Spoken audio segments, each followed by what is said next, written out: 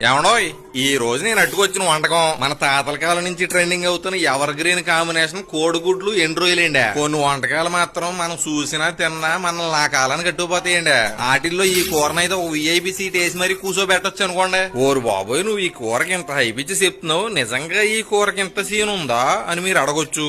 ఏండే సింత సీగురు తిన్నోడికే దాని పులుపు తెలుతుందండి. అలాగే ఈ కోడిగుడ్డు ఎండ్రోయిలు తిన్న నాకు దాని రుచి తెలుసు కాబట్టి ఇంత చేసి చెప్తున్నానండి. మీకు ఇంకా ఈ కూర గురించి ఏమైనా డౌట్ ఉంటే మీ ఇంట్లో పెద్దోళ్ళు ఉంటే గనక దీని గురించి ఒక్కసారి అడిగి చూడండి. దీని రుచి ఏంటో వాళ్ళైతే కరెక్ట్గా చెప్తారండి. అప్పట్లో వాళ్ళు వీటిని నాటుకోడి గుడ్డులో కలిపి వండుకునే వాళ్ళండి. మా ఊర్లో అయితే ఒక్క నాటుకోడి గుడ్డు వాల్యూ 20 రూపాయలండి. కోడిగుడ్లని మామూలుగా వండుకుంటాం కంటేనండి కూసంతసేపు నూనెలో వేపుకుని కూర వండుకుంటే దాని టేస్ట్ ఒకటి కాదు రెండు కాదు ఒక 10 మెట్లు ఎక్కేస్తుంది అనుకోండి. మనం ఎప్పుడైతే ఈ కోడిగుడ్లు ఎండ్రోయిలు కూర వండుతామో ఆ కూర రుచి అంతా వెళ్ళి ఎక్కడ ఉంటది అనుకుంటున్నారో గుడ్లలో అనుకుంటే మీరు ఎండ్రోయి తోక మీద కాలేసినట్టే ఆ కూర రుచి అంతా వెళ్ళి ఎండ్రోయిల్లో దాక్కుంటదండి. ఎప్పుడైతే ఆ ఎండ్రోయి తీసుకుని మన పంట కింద తీసుకుని కటక్మని కొరుకుతామో ఒక్కసారిగా దాని రుచి అంతా మన నోట్లోకి దిగి బ్లాస్ట్ అనుకోండి. పుస్తులమ్మైనా సరే పులసను తింటమే కాదండి, పుస్తులు అమ్మాల్సిన అవసరం లేకుండా ఒక్కోసారి ఇలాంటివి కూడా ట్రై చేయండి. అన్నట్టు చెప్పడం మర్చిపోయాను, మన ఇన్స్టాగ్రామ్ అకౌంట్ కి 50K ఫాలోవర్స్ పూర్తయిపోయారు.